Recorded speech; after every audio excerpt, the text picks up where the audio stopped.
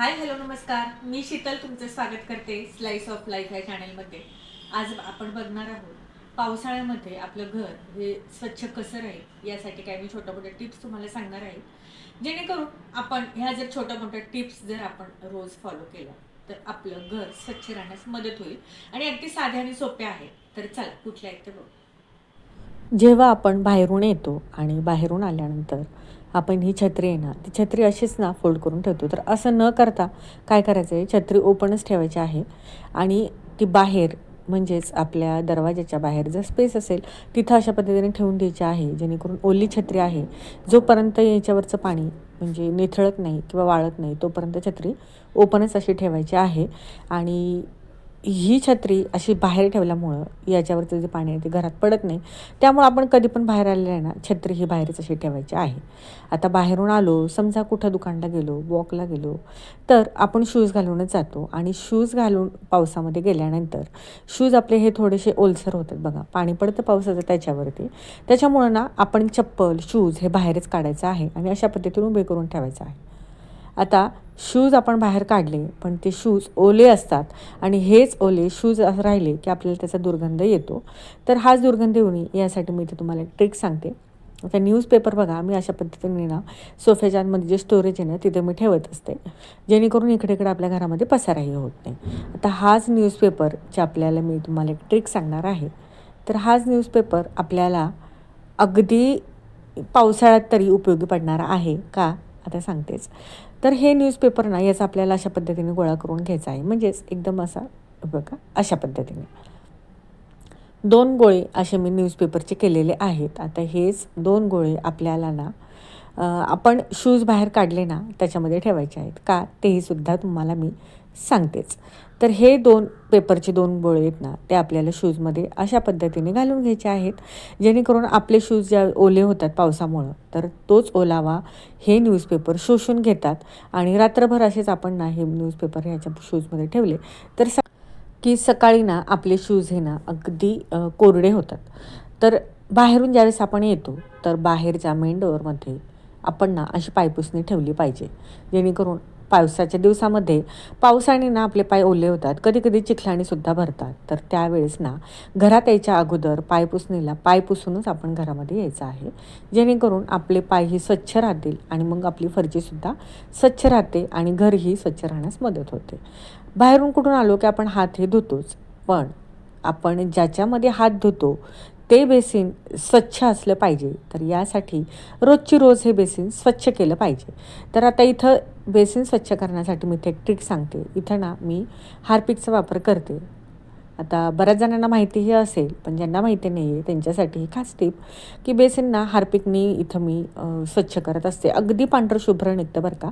Harpic इथं टाकून घ्यायचं आहे आणि अगदी 5 मिनटानंतर आपण ना एक जुनी घासणी घ्यायची आहे, जी आपण आता भांडी घासायला वापरत नाही अशी. त्या घासणीने ना हे बेसिन घासून घ्यायचं आहे आणि हे ना अगदी एकदम चकाचक निघतं बरं का. नक्की तुम्ही ही ना एक ट्रिक आहे ना हे ट्राय करा आणि नंतर मला कमेंट करून सांगा. तर स्वच्छ असं बेसिंग आपण का करायचं रोजची रोज, कारण की आपण इथं बेसिंगमध्ये रोज ब्रश करतो, थुंकतो, परत तोंड वगैरे धुतो. तर त्यावेळेस ना याच्यातून ना या बेसिंगमधून ना दुर्गंध यायला लागतो आणि रोज साफ नाही केलं तर दुर्गंध हा येणारच. यासाठी रोजची रोज बेसिंग आपलं हे स्वच्छ झालं पाहिजे, यासाठी तुम्ही हार्पिकने स्वच्छ करा. मी आता तुम्हाला ही ट्रिक सांगितली आहे ना त्या पद्धतीने. तर पांढरं शुभ्र एकदम चकाकीने असं आपलं हे बेसिन निघतं. त्याचबरोबर टॉयलेट बाथरूमसुद्धा आपल्याला रोजचे रोज क्लीन करायचं आहे, पावसाळ्यामध्ये तरी. कारण की पावसाळ्यामधलं वातावरण हे ना जास्त असं रोगराई पसरवणारं असतं यामुळं. तर आता इथं बेसिन स्वच्छ करून घेतलं, तर रोजची रोज बेसिन स्वच्छ केलं तर आपलं घर हे स्वच्छ राहतं, दुर्गंधी अजिबातमध्ये घरामध्ये पसरत नाही. त्याचसोबत जे बेसिनचे नळ आहेत ते सुद्धा आपल्याला स्वच्छ करायचे आहेत अशा पद्धतीने. आता हा बेसिनचा जो एरिया आहे तो सुद्धा मी ना रोज स्वच्छ नीटनेटकं ठेवते. तर अशा पद्धतीने बघा रोजची रोज हा बेसिनच्या कडेचा जो प्लॅटफॉर्म आहे तो सुद्धा पुसून घ्यायचा आहे. इथे छान असं मी ना एक फ्लॉवर पॉट ठेवलेला आहे, जेणेकरून आपल्याला तिथं फ्रेश वाटेल, तिथलं वातावरणसुद्धा फ्रेश होईल असं. आणि हे स्वच्छ केल्यानंतर बेसिनमध्ये ना तुम्ही एक अशा पद्धतीने ना तिथं हे गोळीसुद्धा तुम्ही टाकू शकता, जेणेकरून त्यातून वास येत नाही. आता संध्याकाळच्या स्वयंपाकाला इथं मी लागलेली आहे आणि स्वयंपाक करताना आपल्याला ना मोजले कांदा टोमॅटो आपण हे प्रत्येक भाजीमध्ये घालतोच.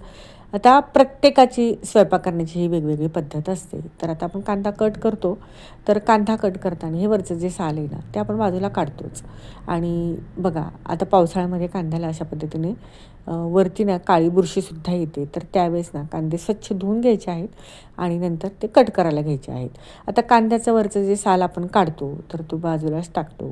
तर ते साल ना आपण अशा पद्धतीने प्लास्टिकच्या डब्यात टाकायचं आहे, जेणेकरून कट्ट्यावरती ना जास्त पसारा होणार नाही.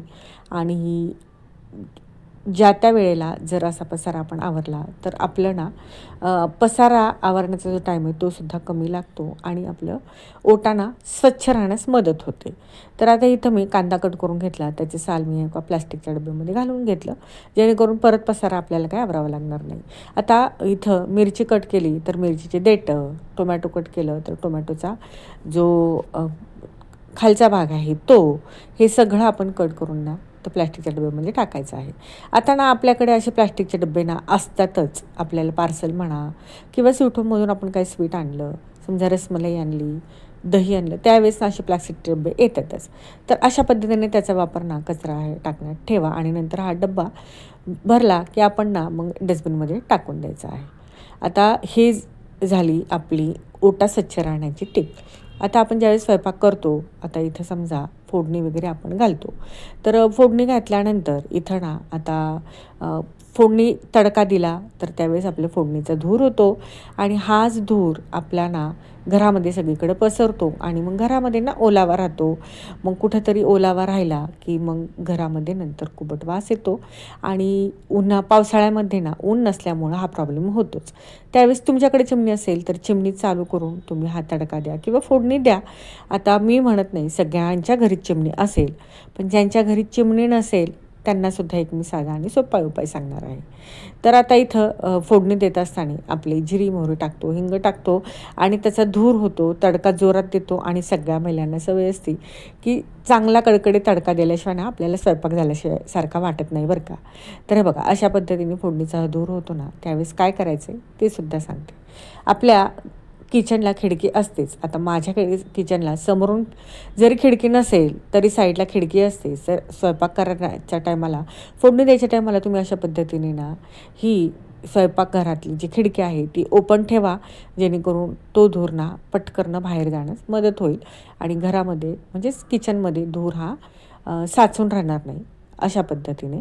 आणि त्यामुळं ओलावा आपल्या घरामध्ये निर्माण होणार नाही आणि ओलावा निर्माण न झाल्यामुळं कुबट वाससुद्धा आपल्या घरामध्ये येत नाही. आता ओलावा झाला तर काय होतं, आपल्या घरामध्ये किंवा किचनमध्ये दुर्गंध यायला लागतो आणि बघा ऊन नसल्यामुळं आपल्या भिंतीवर नाही ना छोटे छोटे असे ना बुरशी लागल्यासारखे स्पॉटसुद्धा तयार होतात. तर ही जर टिप तुम्ही अशी जर साधी सोपी जर तुम्ही किचनमध्ये स्वयंपाक करताना जर वापरली तर आपलं घर आणि किचन हे स्वच्छ राहण्यास मदत होते. तर स्वयंपाक झाला की पटापट लगेच जो कट्ट्यावरचा राडा पसारा आहे तो पटकन आवरून घ्यायचा आहे. आता लाकडी हा चॉपिंग बोर्ड आहे ना तो सुद्धा लगेच आपण धुवून घ्यायचा आहे, कारण की लाकडाच्या ह्याच्यावरती सुद्धा ना बुरशी लगेच साचते. म्हणजेच थोडेसे ना असं बघा काळपट होतो लाकडी चॉपिंग बोर्ड. त्यावेळेस त्याला स्वच्छ धुवून ना परत एका स्वच्छ कपड्याने पुसून घ्यायचा आहे, कोरडा करायचा आहे. आता आणखीन किचन टिप्स जर तुम्हाला पाहिजे असतील तर आपल्या चॅनलवर ना मी किचन टिप्सचा पावसाळ्यामध्ये किचन स्वच्छ राहावं यासाठी ना काही टिप्स मी चा व्हिडिओ आपल्या चॅनलवर अपलोड केलेला आहे, त्याची लिंक मी खाली देते, नक्की तुम्ही चेकआउट करा.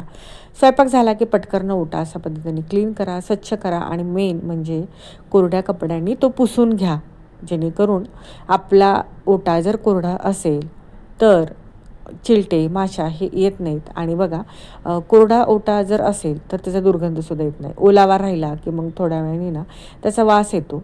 हे तुम्हालाही त्याचा अनुभव आलेलाच असेल. आता जो कपडा आहे जो मी ओटा स्वच्छ केला किंवा कोरडा केला तो सुद्धा लगेच स्वच्छ धुवून असा आपण ना खिडकीमध्ये साईडला अशा पद्धतीने त्याला वाळू घालायचं आहे. आणि नंतर स्वच्छ किचन झालं की बघा मनही आपलं एकदम प्रसन्न होते. आणि मन प्रसन्न ठेवण्यासाठी बघा सकाळी आपण ज्यावेळेस उठतो त्यावेळेससुद्धा ना आपण काय करायचं आहे, घरामधले आपले जे पडदे आहेत ते पडदे एकदम असे ओपन करायचे आहेत आणि तुम्हाला जर गॅलरी असेल तर गॅलरीचा दरवाजा उघडा ठेवा, जेणेकरून खेळती हवा आपल्या घरामध्ये राहील. मन आपलं आणखीन प्रसन्न होईल, शुद्ध हवा घरामध्ये येते, शुद्ध ऑक्सिजन आपल्याला मिळला जातो. यासाठी सुद्धा सकाळी उठल्या उठल्या हे काम आपल्याला करायचं आहे. जे आपले गॅलरीचे दरवाजा असेल किंवा आपल्या हॉलची खिडकी असेल, किचनची खिडकी असेल, ती उघडं ठेवायची आहे आणि सकाळी सकाळी मस्त अशी शुद्ध हवा आपल्या घरामध्ये ती येऊन द्यायची आहे. हे सुद्धा जर तुम्ही केलं तर अगदी घरातलं वातावरण प्रसन्न होतं, शुद्ध हवा आपल्या घरामध्ये येते आणि एकदम फ्रेश वाटतं. तर अशाच काही छोट्या मोठ्या टिप्स आहेत ते आज तुम्हाला मी शेअर करते. ज्या टिप्स आहेत ते मी स्वतः फॉलो करते आणि खरंच यामुळं ना आपलं घर, मन अगदी प्रसन्न राहतं आणि बाहेरची जी हवा असते, बाहेरचं जे वातावरण असतं ते सुद्धा मग आपल्या घरामध्ये, जर आता आमच्या घरामध्ये ऊन येतं, आता ऊन पावसाळ्यामध्ये येत नाही, तो भाग वेगळा, पण ऊन जर येत असेल तर सकाळी उठल्या उठल्या दरवाजे, खिडक्या उघड्या केल्या तर त्यातून सूर्यप्रकाश घरामध्ये येतो आणि आपली निगेटिव्ह एनर्जी आहे ना, ती निगेटिव्ह एनर्जी आपली नष्ट होते. यासाठी सकाळी उठल्या उठल्या खिडक्या आणि दरवाजे हे उघडे ठेवायचे आहेत. त्यानंतर आता गॅलरी आणि हॉल, माझी हॉलला गॅलरी आहे. आता गॅलरीमध्ये आपण पावसाळ्यामध्ये कितीही म्हटलं तर गॅलरी थोडीशी ओली होतेच पावसाचं पाणी पडून. तर त्यावेळेस काय करायचं आहे, अशी पायपुसणी आपण हॉल आणि बाल्कनी याच्यामध्ये मध्ये तर ठेवायचे आहे, जेणेकरून पाय जरी ओले झाले तर आपल्याला तिथं असे पुसता येतात आणि पुसूनच मग आपण हॉलमध्ये एंट्री करायची आहे. म्हणजे आपली फरशी स्वच्छ राहील आणि ती घाणही होणार नाही. आता त्यानंतरची टिप म्हणजे घरामध्ये आपण आपली फरशी पुसत असताना नेहमी पाण्यामध्ये मीठ टाकून फरशी पुसावी. आता कुठलं मीठ, तर हे जे जाडं मीठ आहे, खडे मीठ म्हणतो, हे मीठ आपल्याला वापरायचं आहे आणि हे पाण्यामध्ये टाकायचं. 5 मिनटं थांबायचं, पूर्णपणे मीठ हे पाण्यात विरघळून द्यायचं आणि त्यानंतर मग आपण, तुमच्याकडे जर आता फिनेल वगैरे असेल तर मी ना तुम्हाला सांगते डार्क स्मेलचं फिनेल वापरते. तुमच्याकडे जर असं डार्क स्मेलचं फिनेल असेल तर मी हे डार्क स्मेलचंच वापरते. लाजून वगैरे वापरत नाही, त्याचा फक्त एकदम लाईटली सुगंध असतो. पण या फिनेलने मात्र ना जरी फरशीवरचा जो बॅक्टेरिया आहे ना तो ना एकदम नष्ट होतो, मेला जातो. त्यासाठी ना मी हे डार्क स्मेलचंच फिनेल वापरते. ते मी टाकलेलं आहे याच्यामध्ये आणि त्यानंतरच हे सगळं मिक्स करून आपण ना याने फरशी पुसायची आहे. त्यामुळं पावसाळ्यात तरी कमीत कमी रोज फरशी पुसा, कारण की पावसाळ्यातलं वातावरण हे थोडंसं रोगराईचं असतं आणि त्यामुळंच ना घर स्वच्छ जेवढ्यात तुम्हाला जमेल तेवढं स्वच्छ ठेवण्याचा प्रयत्न करा. तर अशा पद्धतीने ना मी माझं हे घर स्वच्छ पावसाळ्यामध्ये ठेवते. मी ज्या टिप्स ह्या फॉलो करते त्याच तुम्हाला शेअर केलेल्या आहेत, जेणेकरून तुम्हालाही याचा थोडाफार फायदा होईल. तर तुम्हाला यातल्या कुठल्या टिप्स आवडल्या किंवा कुठली तुम्हाला महत्त्वपूर्ण टिप वाटली ते मला मात्र नक्कीच कमेंट करून सांगा. आता पावसाळ्यामध्ये ना मी रोज सगळं घरी फरशी पुसते आणि उन्हाळ्यामध्ये असेल तर ना खरंच सांगते मी तुम्हाला, एका दिवसाआड फरशी मी पुसते, कारण की तेवढी घाण पण होत नाही. पण पावसाळा आला की मात्र मी माझा नित्यनेमाने रोज फरशी पुसते. आणि फरशी पुसत असताना ना आता ऊन नसतं आणि त्यामुळं फरशी आपली लवकर वाळत नाही. यासाठी फरशी पुसताना फॅन आपण लावला पाहिजे, जेणेकरून ना जास्त वेळ फरशीवर ना ओलावा राहिला नाही पाहिजे. जास्त वेळ जर ओलावा राहिला, फॅन जर नाही लावला तर बघा तुम्ही घरामध्ये ना थोडासा असा दुर्गंध यायला लागतो. कारण की मी अनुभवले हे, कधी कधी लाईट नसली की तशीच फरशी पुसली, जास्त वेळ फरशीवर ओलावा राहतो आणि मग जास्त वेळ ओलावा राहिल्यामुळं ना फरशीचा दुर्गंध यायला लागतो, घरामध्ये असा स्मेल येतो थोडासा. तर त्यामुळं फरशी पुसत असताना ना फॅन मात्र जोरदार फास्ट लावा आणि नंतर फरशी पुसा, जेणेकरून ते लवकर सुकलं जाईल किंवा वाळलं जाईल. तर अशा पद्धतीने काही ह्या छोट्या मोठ्या टिप्स आहेत त्या मी आज तुम्हाला सांगितलेल्या आहेत. आय होप तुम्हाला या महत्त्वपूर्ण ठरतील. तर अशा पद्धतीने मी माझ्या या सुंदर घराची काळजी घेत असते आणि रोज नित्यनेमाने ते स्वच्छ ठेवण्याचा प्रयत्नही करत असते. तर आजचा हा व्हिडिओ तुम्हाला कसा वाटला नक्कीच कमेंट करून सांगा. आणि आजच्या मी ज्या टिप्स तुम्हाला सांगितल्यात व्हिडिओमध्ये त्या तुम्हाला नक्कीच हेल्पफुल ठरतील. आणि तुम्हाला हेल्पफुल ठरले तर एक लाईक मात्र जरूर करा, कमेंट करायला विसरू नका. आणि अशा छान छान टिप्स जर तुम्हाला बघायच्या असतील तर चॅनलला सबस्क्राईब मात्र नक्की करून ठेवा. चला भेटूया नेक्स्ट व्हिडिओमध्ये एका छानशा टिप्ससोबत. बाय, धन्यवाद.